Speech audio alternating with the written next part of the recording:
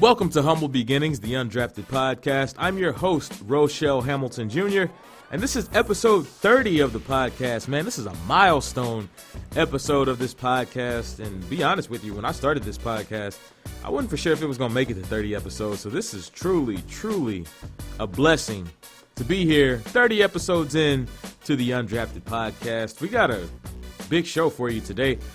Man, the Saints and the Rams on Sunday, man, that game was lit, man. So I got my reaction coming up to that. The Denver Broncos. Why, football Jesus? Why?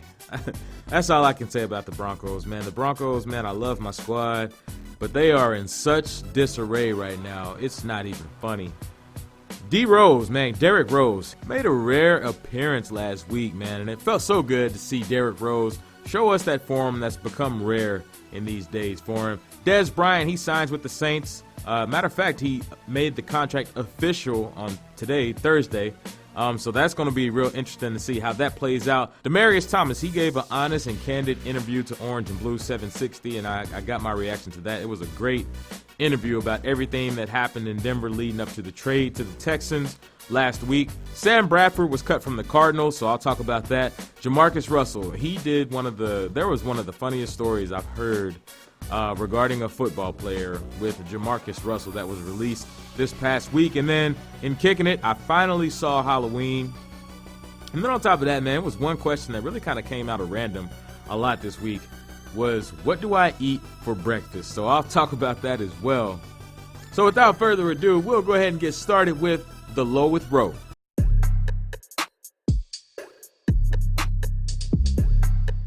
The Saints handed the Rams their first L on Sunday in a game that a lot of people consider to be the NFC Championship preview.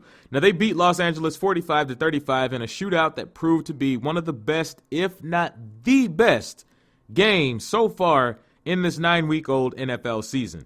Now, my reaction to this whole deal is, man, to be honest with you, the Saints just might be the best team in the NFL. Now, some people still contend that the Rams are, and to a degree, I kind of understand where they're coming from. But make no mistake about it, the Saints made the statement to the rest of the NFL that they're one of the cream of the crop squads in the NFL. Now, they're arguably the best team in the league, but are they the most complete team in the league? That's a good question. And to me, I would have to say no. And only because the defense, particularly the secondary, is still a little bit shaky. Because Jared Goff, Brandon Cooks, Robert Woods, they gave the NOLA secondary that work on Sunday. Now, part of that was the defense as a whole selling out to the pass to stop that monster Todd Gurley from waking up. And it worked. It worked so well that the Rams were able to come back from 21 points down in the second half to tie it up 35-all. Drew Brees and Michael Thomas. These two fellas straight up acted some plumb fools on Sunday. Drew Brees was 25-36 for 346 yards and 4 touchdowns, a 76.3 completion rate. Now, he set the record last season for completion percentage at 72%, so then he comes back this year and he's already breaking that. I said a few weeks ago on this podcast that Drew Brees is not human, and I stand by that. Drew Brees is on another level. Drew Brees is my favorite quarterback in the league right now. Like, I've always liked this dude, but, man, Drew Brees is amazing. Drew Brees does not get the recognition that he deserves. He's just simply doesn't. Everybody talks about Rodgers and Brady being the GOAT quarterbacks now, especially now that Peyton Manning is retired. But here's a guy in Drew Brees who's put together a first-ballot Hall of Fame career, and he'll more than likely have all the records by the time he hangs up his cleats. And when you compare him to the other guys, Tom Brady, Aaron Rodgers, Peyton Manning, he did all of this pretty quietly compared to them. So he's been majorly overlooked for the better part of his career because he came up in the same era as those guys. Michael Thomas, he straight up dominated Marcus Peters on Sunday. He straight up cooked Marcus Peters. Thomas had 12 catches, 211 yards, and a touchdown that included the cell phone tribute to Hollywood Joe Horn. Now, there were some people who did not like the cell phone celebration. It was premeditated and all that. And Michael Strahan especially didn't like it. But, that the first person to do that, or the guy who originally did that, Joe Horn, he did that celebration against the Giants. So I can kind of see where Michael Strahan is coming from. Now, on a personal level, I'm not the biggest fan of premeditated touchdown celebrations with props. I mean, I don't like them at all because props, to me, it just kind of takes away from it takes away from the whole essence of it because you have to go through too much planning. Like when it's touchdowns, man, you don't know when you're going to score one. You don't know where you're going to score one. So, I don't mind teams doing the whole, where it's like a group celebration, things like that. That's cool. But the whole prop thing just, I don't know, it just doesn't do it for me. But I'm not complaining, though, because, I'm just happy that the NFL is finally getting a little bit lax with touchdown celebrations and letting these dudes celebrate because these dudes work hard to get these touchdowns and score. And on top of that, professional football is entertainment. Let these dudes entertain the crowd and let them have some fun with it. So I'm not complaining from that aspect at all. As for the Rams, though, those boys have got some fight in them. They've got some heart because when they went down 35-14, I was like, man, this game is getting out of hand. New Orleans is about to shut these boys down, and they're about to get this dub and go home. Now, most teams who would have been in that position, if you really think about it, most teams who would have been in that position, down 3 touchdowns, especially in that dome where it's loud as all get out, Drew Brees is at quarterback, those weapons that the Saints have on offense, most teams would have just said, man, you know what? It's the regular season, still pretty early. Let's just shut this thing down, and we'll fight another game. But the Rams, they've got so much firepower on offense, and then when you mix in the Saints' hot and cold defense, that had all the makings of them being able to make a comeback in this game. So the Rams, they had a shot, they saw it, they took it, and they actually almost pulled it off. This was one of the best games, if not the best game of the season so far. And if you missed it, you missed a treat. Because the Rams, they got that big break last week against the Packers on that Ty Montgomery fumble. We all, as fans, we got robbed on that one. Because, man, I was looking forward to seeing what Aaron Rodgers was going to do. But on Sunday, they showed they're every bit as good as their 8-0 record coming into the game indicated. Todd Gurley. Todd Gurley is still acting a fool on teams, man. He came into the game leading the league in 100 rush yards per game on average. Now, the Saints, they sold out the pass to stop him, and it was effective because basically what the Saints defense said, they said, okay, you know what, Rams, we'll let you pass and rack up all these empty calorie yards, let you fill up that stat sheet, but what you won't do is let that brother get going, because if he gets going, it's going to be a long, long day for us as a defense. So with the Rams' skill positions, they got good and full against New Orleans defense because Brandon Cooks ate, Cooper Kupp ate, Robert Woods, he ate. As for the Rams defense, they've still got Aqib Talib who's out. Now, once he gets back healthy, he's going to help their secondary big time, especially Marcus Peters, because Marcus Peters has had a rough few weeks. And I think he might actually be playing through an injury right now and trying to tough it out. But when 21 gets back, that's going to be a big, big boost to the Rams defense. The Saints, on the other side, the Saints skill positions, they did the same thing. Alvin Kamara, that brother is a straight-up monster. He shocked New Orleans coaches last season with his production to the point where they felt comfortable in letting Adrian Peterson go. He's essentially a smaller Todd Gurley, great between the tackles and hitting the outside, good in the receiving game too. So Alvin Kamara, he was cooking. Ben Watson was cooking. Michael Thomas was cooking.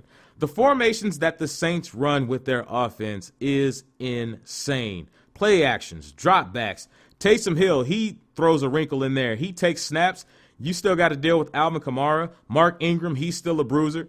And Taysom Hill, man, that dude is a beast because he does it all. He, offense, special teams, kickoff returns, punt returns. This dude does a little bit of everything, man. And like I said, the Saints offense, they've even lined Teddy Bridgewater out wide in certain formations at times. The Saints, they have a straight up juggernaut on offense. And the thing is, I'm not even sure they've peaked yet. Then when you think about them adding Dez Bryant this past week, that's going to be an interesting wrinkle for opposing defenses to account for as well. Now, I've done all this bragging on both of these squads. Their remaining schedules is going to have a lot to say about where the NFC Championship game is played, as well as how the NFC shakes out as a whole come playoff time. Now, when you look at the Rams, they have Seattle at home on Sunday, Kansas City and Mexico City on Monday Night Football, November 19th. That's going to be a really, really good game. Some people say that's a Super Bowl preview, but I personally don't buy it because I just don't see the Chiefs making it to the Super Bowl. And that's not hating because I'm a Broncos fan. It's just we see this every year from Kansas City where they'll fly through the regular season and then come the postseason, it's like they just hit a speed bump and they just tumble. So it remains to be seen. I realize this is not the same Chiefs team from years past. They got a lot of weapons on offense, but Kansas City's defense just might catch them up come the postseason. So the Rams, they've got the bye week in week 12. Then they're at the Lions, at Chicago, Philly in week 15, and at Arizona week 16. Then finally they get the 49ers at home. So with all that, they've got a chance to run the table in all these games, of course, but I honestly wouldn't be surprised to see them lose to Seattle because Seattle, the Seahawks, they've gotten hot out of nowhere. Kansas City is a toss-up. That game could easily end up being a 51-48 type of game. Personally, I see the Rams winning that one only because their defense is better than Kansas City's defense, but as far as offenses, it's about a wash. Now, they should beat the Lions and the Bears.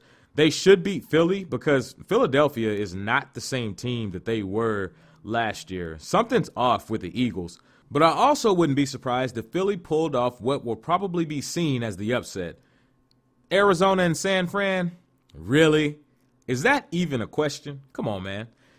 On the other side, the Saints, they're at the Bengals on Sunday. They should beat the Bengals. They got Philly the following week. And like the Rams, that game could go either way, even though I see the Saints winning that one. They got the Falcons on Thanksgiving. The Falcons, they're 4-4 right now. They're kind of struggling, but it's always a good one between these two squads, so I'm looking forward to that game. That's going to be a good game. I have got to see that rivalry in person soon. I got to see Drew Brees in person do his thing soon, man. I've got to watch that fella before he retires. Then the Saints.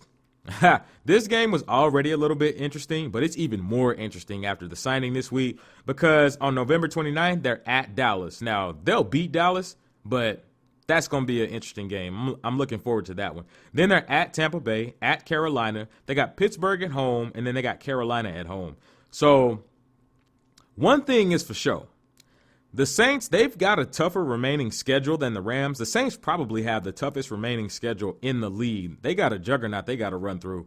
So, personally, I see 2 or 3 games in there that they could drop. So, this next month and a half is going to go a long way into showing how things shake out in the NFC. And over here in the AFC, the Denver Broncos. Man, these doggone Denver Broncos, they will drive a man to drink. I mean, when I watched that game on Sunday, man, they lost to the Houston Texans on Sunday, 19-17. Now, not only was this a game that Denver could have won, they should have won this game. But a pair of boneheaded calls by head coach Vance Joseph cost them the W. Now the Broncos have lost 6 of their last 7 games, and Vance Joseph, his seat was already hot, but it's red hot now. And I'm saying this right here, like I'm calling this right now. This game right here, this was the game that got Vance Joseph booted out of Denver. I mean, he'll go ahead and finish out. If he doesn't finish out all of the season, he'll finish out a good next, 4 or 5 weeks.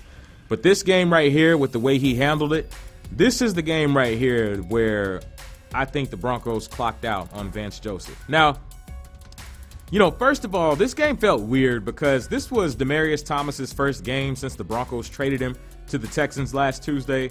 It is extremely weird seeing DT in a Texans uniform. Like, DT doesn't even look right in blue and red. I mean, I'm still used to seeing this dude in blue and orange.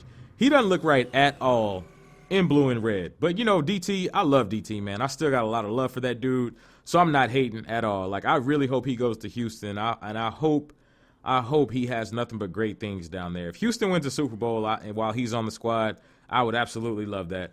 DT came in Sunday, and he got right to work. His first catch of the game went for 31 yards, and it was one of those trademark screenplays that he and Peyton Manning ran so well up in Denver. So DT, he finishes the game with 3 catches and 61 yards. Now, as far as the Broncos go, their season isn't officially dead, but it is definitely on life support. Denver lost this game on a missed 51-yard field goal by Brandon McManus with 13 seconds left in the game. There were parts in this game where Denver actually looked like they were kind of starting to turn the corner. in some aspects. Case Keenum, he played his best game of the season. He was 26 of 42 in passing, 290 yards, 1 touchdown, and no interceptions. This was his first game where he didn't throw a pick. If Case Keenum plays like this every game, Denver wins way more often than not. So this game showed me that Case Keenum, he's capable. He's capable of winning. I mean, he did it last year in Minnesota. On the other side, the defense, they played really well. Coming into this game, they ranked 5th in the league in sacks per game. That didn't change Sunday because they wrecked shop against one of the most mobile and athletic quarterbacks in the NFL, Deshaun Watson. Now, this was a prime opponent for the sack-happy Broncos because Houston, they already have a Swiss cheese offensive line even when they're healthy. Now they got some key injuries there, so Deshaun Watson, he pretty much spent Sunday running for his life. Now, they forced him into some bad throws, bad reads. They made him scramble out of the pocket. They had Deshaun Watson simply seeing ghost. Von Miller, he got 1 sack, even though he was double-teamed for a good part of the game. Von Miller is 5 sacks away from tying Simon Fletcher as the Broncos' all-time sack leader. So that's a real cool deal that I'll be on the lookout for as the season progresses. Bradley Chubb, that fella is a beast. He's living up to that 5th pick in the draft status. He had 1 sack, 3 tackles for loss, and 5 tackles total. Bradley Chubb has 8 sacks in his rookie NFL season, so he's having a really good year opposite Von Miller. Von and Chubb have helped each other's games, point blank, because when teams team up and double up on one, it opens up the other one to simply straight up wreck shop. Derek Wolfe, he grabbed a sack too, and the Broncos as a defense, they had 4 sacks on Sunday after DeMarcus Walker closed out for the day. It was good to see DeMarcus Walker get in more game time action because he hadn't been very active this season, and that's not his fault. That's just for whatever reason the Broncos, they choose not to make him active on a lot of game days. I don't get it, but hey, I just watch the game. I don't coach it. Now, the Broncos defense, they held Houston to 98 yards rushing on the ground. Lamar Miller and Alfred Blue, they averaged 2.3 yards a carry for the Texans because the Broncos defense, they simply stuffed the run. Simply put, they got back to the Denver style of defense. Tough, gritty, physical, punishing. This is what the Broncos defense has been known for the better part of the last 5 years. They did their job and they held the Texans to 19 points. Now, in most NFL games, that's enough to get the W. But the offense, they didn't score enough points for one. But Vance Joseph takes the blame for this loss. Well, a big part of the blame for this loss. I can't put it 100% on him, but he takes a big part of the blame for this L. His first big mistake of the game came at the end of the first half when he sent Brandon McManus out on the field to attempt a 62-yard field goal, which is crazy because that's 2 yards shy of the NFL record 64-yard field goal who was set by Matt Prater in Denver back in 2013. So that gives you a good idea of the distance Brandon McManus was facing at the end of the half given the situation. And lo and behold, McManus missed. Now, there were still 22 seconds on the clock, and what did the Texans do? They went 20 yards on the next 3 plays, and their kicker made a 46-yard attempt and turned a 13-10 Houston lead into a 16-10 Houston lead. Not only that, and this is the part that vexed me, not only that, he called a timeout on the first field goal attempt to try and ice the kicker. He missed the first attempt. So after the timeout, they line back up, and guess what happens? He kicks it, and they make it. I mean, you just can't make this kind of stuff up. So that was bad clock management. That was bad situational football all around. That was just bad situational awareness on Vance Joseph's part. I don't get that. That was his first big mistake. So the second mistake came at the end of the game when there was 43 seconds left in the contest. Now, on this drive, the Broncos, they moved the ball really well. They had already had not 1, but 2 fourth down conversions. So it looked like Denver was about to get this W. It looked like they were about to win this thing and take it home. So it's 1st and 10 at the Houston 37. 43 seconds to play. They ran 1 play. 1. And on that play, they didn't try to go deep. They didn't throw it. No, they ran a 5-yard pass from Case Keenum to Jeff Hireman, and they wasted 30 seconds in that whole deal. That's mind-boggling to me. Benjamin Albright is a Denver area reporter who covers the Broncos. Now, on his Twitter, he asked a former NFL head coach what he would have done with 43 seconds on the clock. This former NFL head coach said, after the first down with 43 seconds left, it's criminal not to take a max-protected deep shot. Plenty of time to clock it if it's in bounds. Incomplete pass stops the clock. A penalty moves you up. Me and this coach, whoever he is, we right here. We eye to eye.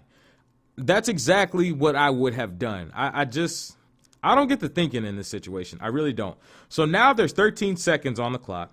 13 seconds, that's still plenty of time given the situation, because you can take at least one shot down the field, or you can at least try a short pass or two to get out of bounds and get 5 or 10 more yards to give your kicker a better shot.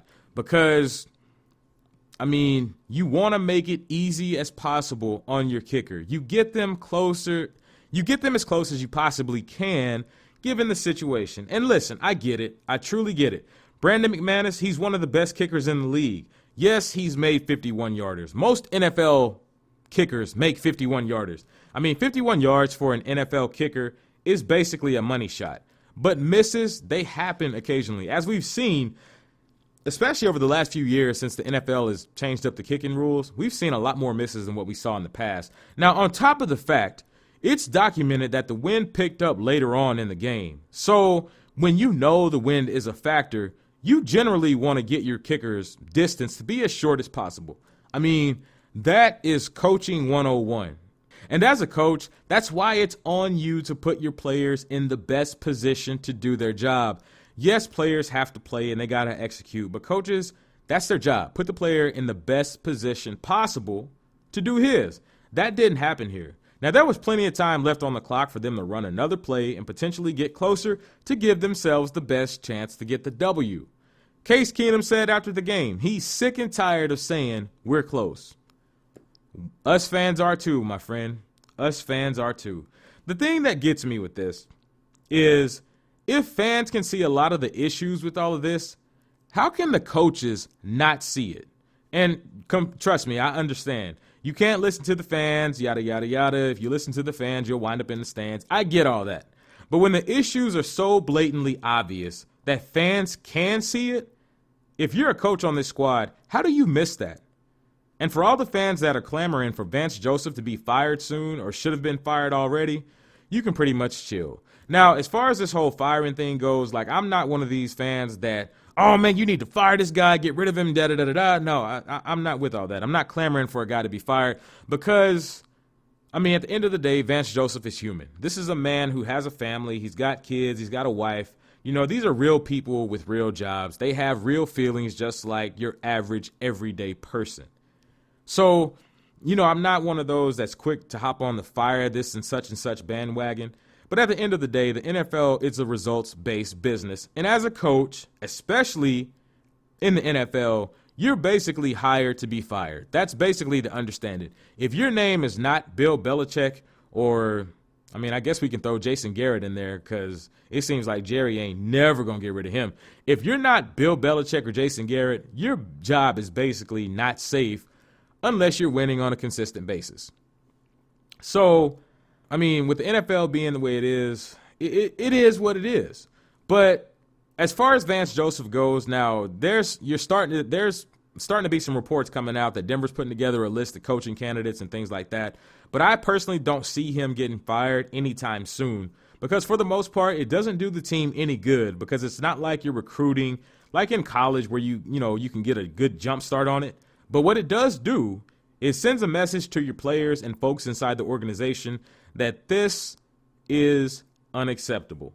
And then, too, I also don't think Denver wants the black eye of firing a fairly new coach just over halfway into his second season.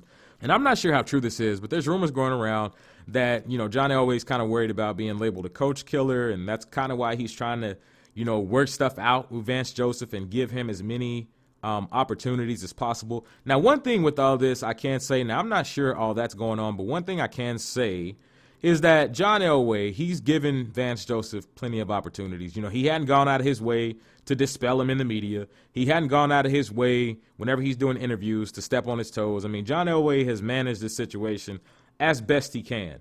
Vance Joseph is here. At least, now, the earliest I see Vance Joseph being let go is whenever Denver is mathematically eliminated from the playoffs. That's the absolute earliest I see Vance Joseph being let go. And again, I'm not clamoring for that. I'm not hollering for it. That's just the way I see it. Now, I was talking about John Elway just a minute ago. You can blame him 100% for this coaching hire because this is his coach. I mean, this is his coach. This is his staff. You can blame John Elway for that. But you cannot blame John Elway for the roster because Denver has talent across the board.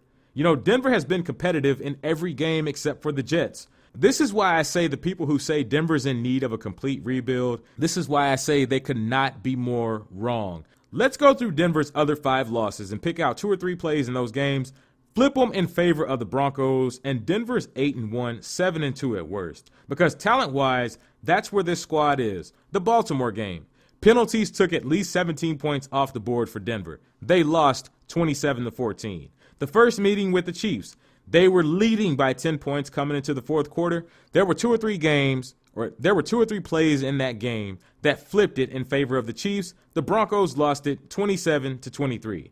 They lost to the Jets 34-16. The Jets, they just straight up mopped them in that game. Denver wet the bed in that one. Take it to the Rams. The bad call on Emmanuel Sanders, that taunting, that bull jive call by that ref, took away a potential touchdown. Denver lost the game 23-20. The second meeting with the Chiefs, there were several opportunities in there for Denver to take control and win the game. They lost 30-23. And then finally, you have Sunday's L against the Texans, 19-17. So Denver has been competitive in almost every game that they've been in. You know, on average, Denver's lost their 6 games by an average of 7.8 points a game. That's it. So the Broncos, they're on a bye week. Now, after the bye, you know, Vance Joseph he's got a tall task in front of him if he wants to try to keep his job because they're at the Chargers on the 11th. The Chargers, they're hot right now. They're 6-2. I don't see them winning that game. Then they've got Pittsburgh in Denver the week after that. Then they're at the Bengals. The Bengals are actually playing pretty decent right now. Then they're at the 49ers. That's a toss-up. They've got Cleveland at home on December 15th. They're at Oakland on Christmas Eve, Monday Night Football. Then they got the Chargers again on December 30th. Now, in most situations, normally I would say these are all winnable games for the Broncos. But with this coaching staff, I'm not so sure.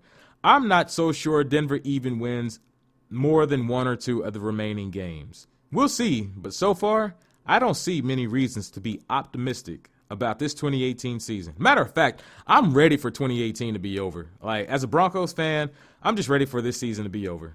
I really am. Let's just move on. It's time for I'm in and I'm out. Let's see what I'm in and out on today. Derrick Rose, man, he put on a show last week when he posted a career-high 50 points against the Utah Jazz last Wednesday. The Timberwolves went on to beat the Jazz 128-125 with a big push coming from the 2011 MVP. I'm all in on this. All in.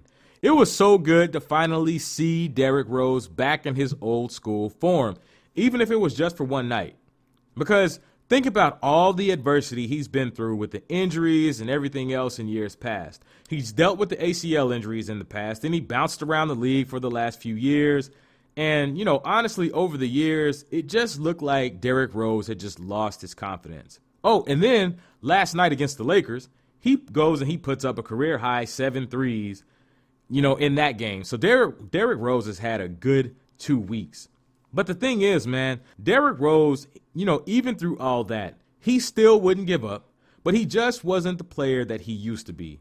And then for him to be able to have the guts to still chase after a career in the NBA or even as a professional athlete, period, with all the pressure and the outside noise that comes along with that profession, after all the bull jive and adversity he's dealt with over the years, for him to be able to still have the guts to chase after an NBA career is amazing in and of itself.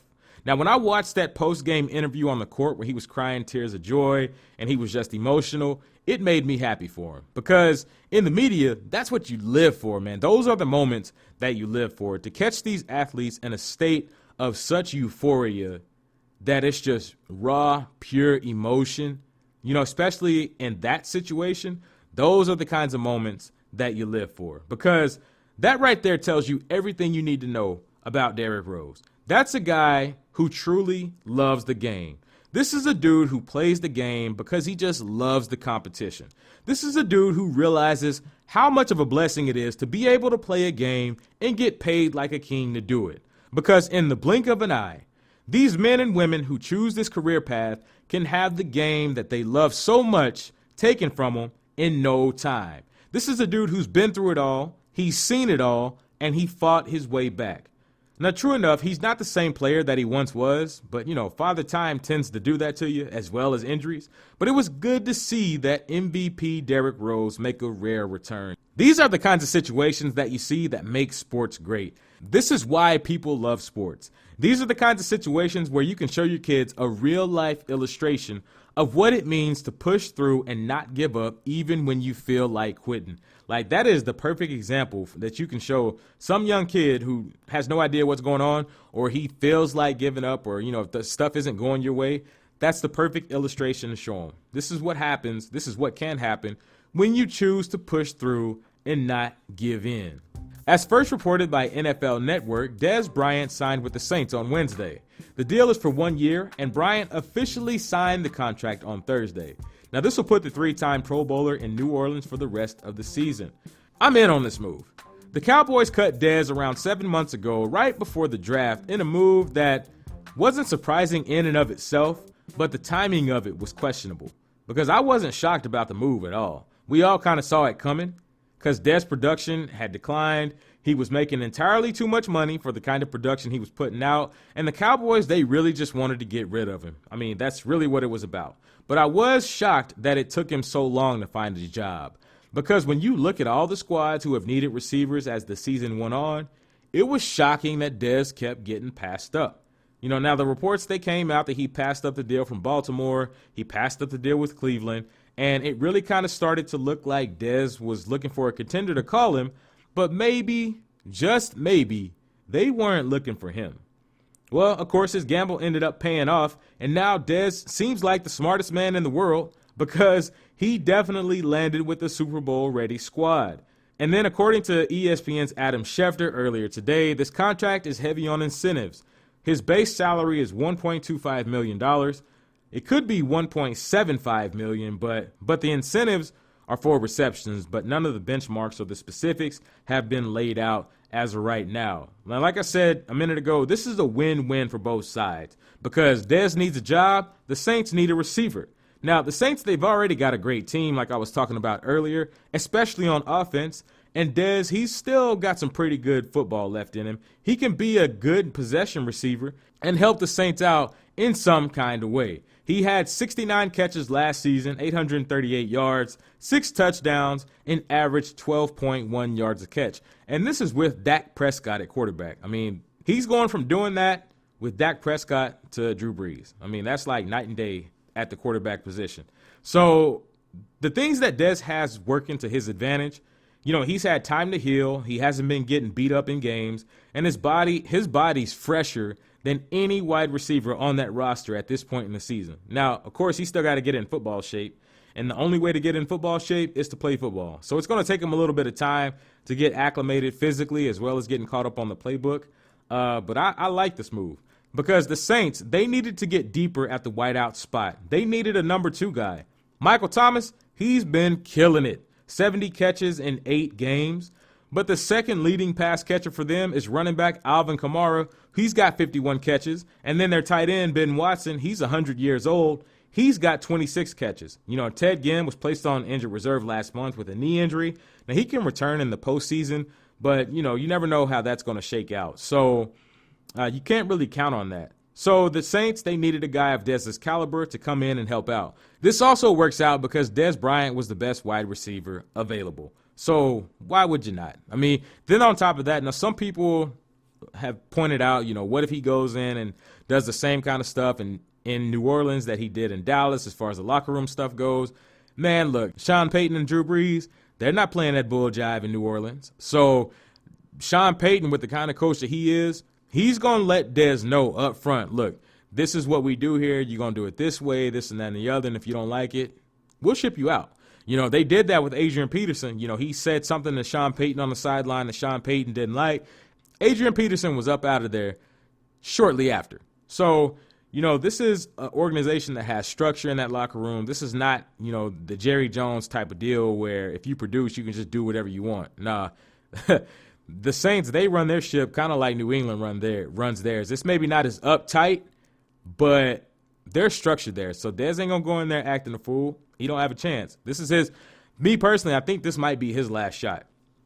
So now he's in a situation where he can go out and he can prove that he still got it. He's still got some juice in the tank.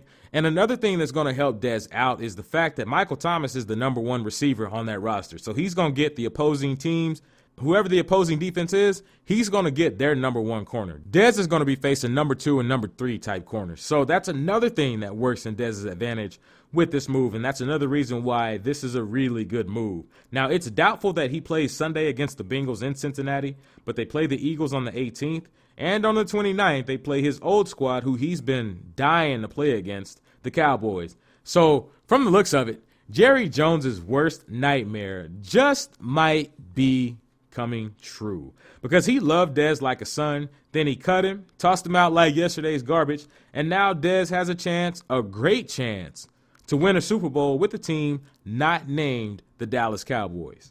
Demaryius Thomas went on Orange and Blue 760 on Monday and gave an honest and candid interview of his time in Denver and how things went down leading up to the trade. He talked about how Vance Joseph and some of the other coaches lied to his face about the trade rumors. He talked about how he felt disrespected by not being made a captain after he'd been there more than 9 years, after he'd been selected captain in the past, and after his teammates selected him to be captain. He said this and a lot more, and I would advise anybody, Broncos fan or not, I would advise anybody to listen to this interview because it gives you an insight to what goes on in the day-to-day life of NFL players, and honestly, it humanizes these guys just a little bit. And I gotta say, I'm 100% in on this interview. I 100% agree with where Demaryius Thomas came from in this interview. Now, first of all, let me just say, I completely understand the business side and all of that stuff with the NFL. I get it. Yes, DT's production had declined, but also the quality of quarterback play in Denver has declined. Let's just be honest. The quality of play calling as well at the offensive coordinator spot has declined. Now, yes, he was making more money than the Broncos wanted to pay him, but if what Demaryius Thomas says is true, and I see no reason for him to lie, if what he says is true, I honestly don't like how Denver handled this situation. And another reason why I say I believe Demaryius Thomas, because when Vance Joseph was asked about this entire situation, the way he answered the question was like, yeah, DT ain't lying, bro. I understand he wants to move on, but yeah, DT ain't lying. Just by the way Coach answered that question, DT, he's telling the truth. Now, I get it. They wanted to give more snaps to Courtland Sutton, and he's playing great football right now. I completely understand that. Then go back to the business thing. I get that. But sometimes, there are instances with some guys where it's like, okay, can we handle this in a different way? Can we at least keep this guy through the year because he's shown to be a team guy. He's willing to work with the younger guys. He's willing to pass along knowledge. He hadn't been a cancer in the locker room. He's been a great presence in the community. He's been a great presence in the locker room over the last 9 years. This dude has been good for us the last 9 years. Can we at least get through the season with him?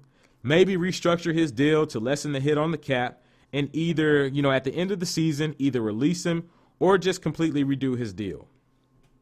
But, because at the end of the day, man, teams, they're quick to make moves like this and then they'll just chalk it up to just business. And this is why I don't get mad when players like Le'Veon Bell do what they do. Because these teams, they'll toss these players out like yesterday's garbage, chalk it up to just business and then keep it moving.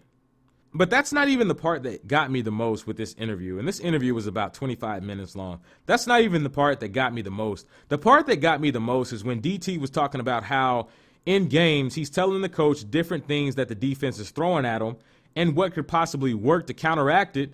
And the coaches, they simply weren't listening. And I'm inclined to believe DT here because I've watched Vance Joseph's press conferences, And some of the answers he's been given, even in hindsight, they just ooze of a dude who won't take advice, who wants to do it his way. And he's doing just that. And it's not working. You know, as a coach, you have to listen to your players. You know, I get it. You're the coach. You run the show. I get all that. But a coach is a leader. And good leaders listen. The players, they're the ones that's on the field. They're seeing firsthand what the defense is throwing at them. Yes, coaches watch film. Yes, coaches look at the playbooks. But the playbooks don't move. Playbooks are not laying you out when you go across the middle. Teams switch things up during the game. They switch up things from what you see on film because they know you watch film just like they do. So when a coach doesn't listen to his players, bad things tend to happen. And not only that, but the players eventually tune him out too. And that's exactly what you're seeing in Denver because it looks like Vance Joseph's message has just fallen on deaf ears inside the Broncos locker room. Now, something isn't going right because the Denver Broncos, they've got way too much talent on that roster to be losing as much as they are. But that's beating a dead horse, so let's move on. You know, I'm still a fan of Demaryius Thomas, though. That is a really good dude right there and a really good football player. I wish nothing but the best for DT in Houston. You know, that's what makes guys like Tom Brady and Aaron Rodgers and Drew Brees, that's what made Peyton Manning so good, is that they would walk into a game saying, okay, we've seen this kind of stuff on film, but this is something that the defense is throwing at us. So let's make this adjustment and counteract it. They take it to the coach, and the coach, if he was smart, he listened to him, and they made the proper adjustments. Like, football is a game of adjustments. The teams that win, they know how to make adjustments. They know how to adjust on the fly. You can't just go off of what you see on film. Yes, film gives you a great reference point. Yes, playbooks give you a great reference point. Yes, game plans give you a great reference point. But there's nothing like real game action. And when a team is throwing everything in the kitchen sink at you and you didn't expect it, you got to be able to throw everything back at them plus the kitchen sink, things that they don't expect. I mean, that's the whole strategy part of football. So, you know, when DT said this in the interview, I'm like, okay, now I'm starting to see why Denver's losing all these games. Now I'm kind of starting to see why when you listen to some of the players, their conferences and stuff after the game, I'm starting to see why they give the answers that they're given, and I'm starting to see why a lot of these players are starting to say the things that they're saying. You know, look, we're tired of answering the same questions. We're tired of saying it's close. We're tired of saying this and that and the other. Chris Harris has even went so far as to say in his interviews, like, hey, I'm pointing out things that are going on, things that I'm seeing on the field, and they're not listening to me. So, you know, when your players are starting to say stuff like that publicly to the media, something's wrong. And there's a lot wrong in Denver, Colorado. Let's move on to my favorite segment on this podcast. This is some bull jive. This is some bull jive. The Arizona Cardinals cut Sam Bradford this past Saturday. According to ESPN's Adam Schefter, they paid him a $10 million signing bonus, about $2.5 million in base salary, another $1 million in playtime bonuses, for a total of $13.5 million. And guess how many games he played for the Cardinals? 3 games. Sam Bradford robbed these fools, as he should have, because they were crazy enough to pay him that kind of money with his history. Sam Bradford has made more than $130 million in his career. He has 0 playoff appearances. Since being drafted in 2010, he's played a total of 83 games. And in those 83 games, he's 34, 48, and 1. That's his record when he's healthy.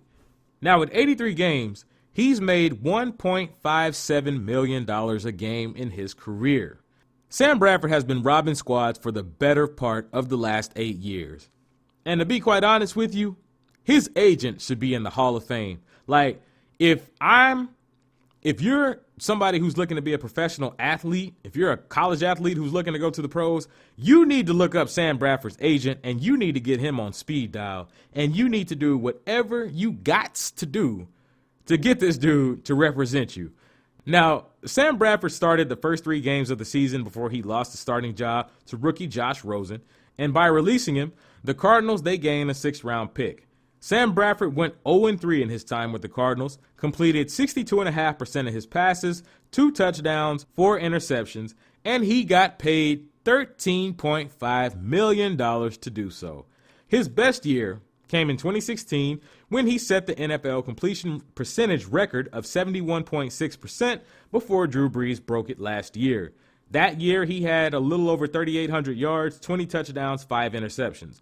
Now, if he puts up those kinds of numbers consistently throughout his career, he would have been a lot more deserving of that $130 million that he's made since he's came into the league. But you know what? I can't even be upset with him for making that bread, because if these teams are going to be crazy enough to pay him that kind of money, given his history, he would have been just as crazy not to take it.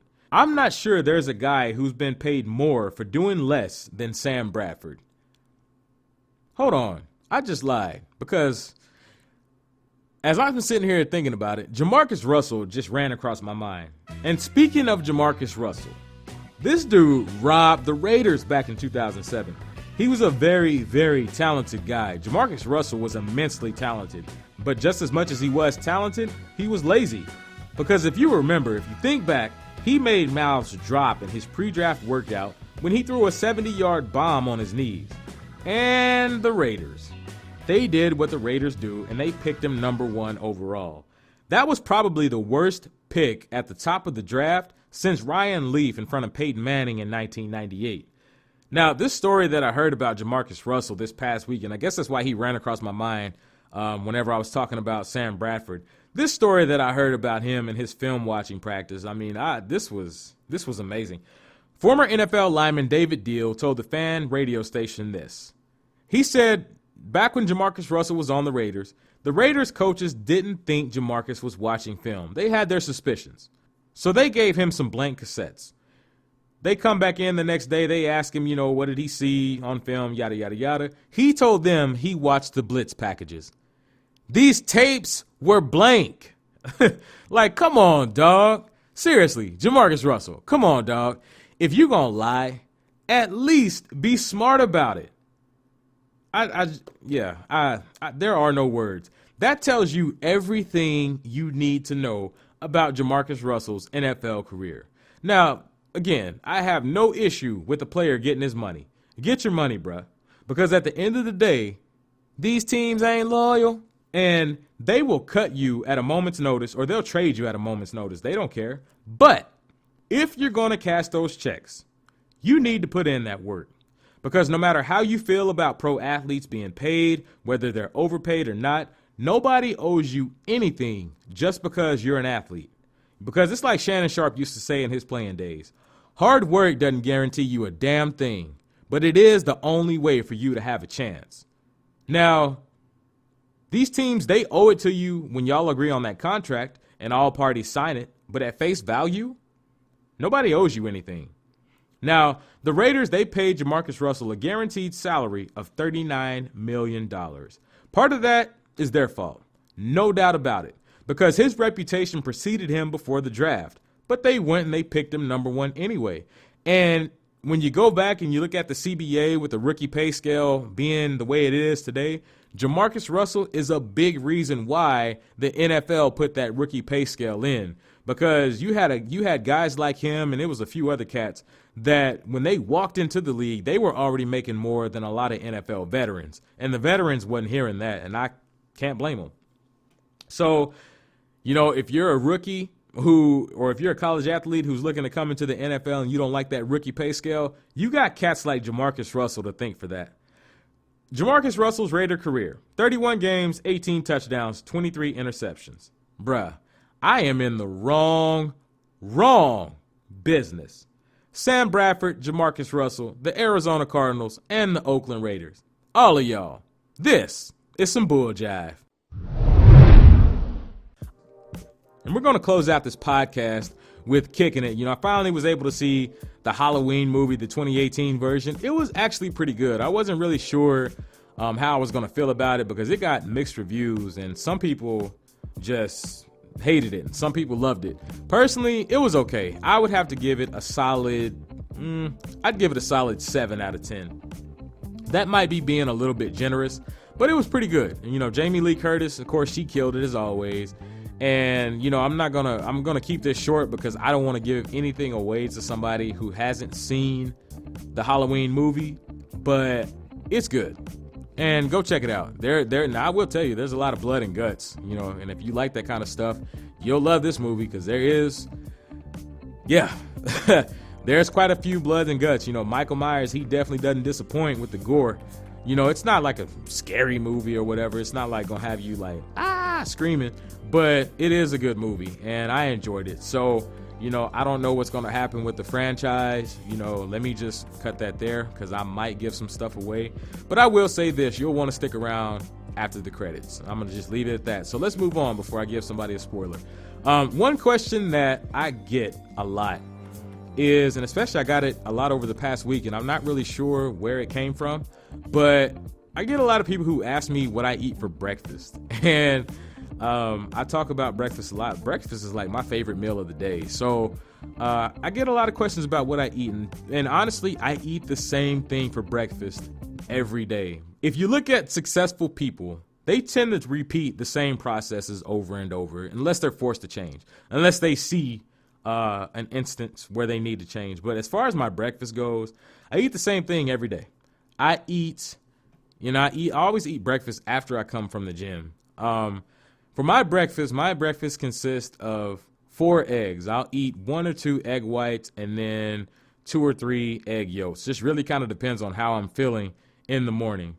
It really kind of depends on how I'm feeling that particular morning. Sometimes I'll eat 3 egg yolks to 1 egg white. Sometimes I'll eat 2 egg whites and 2 yolks. But I always eat 4 eggs.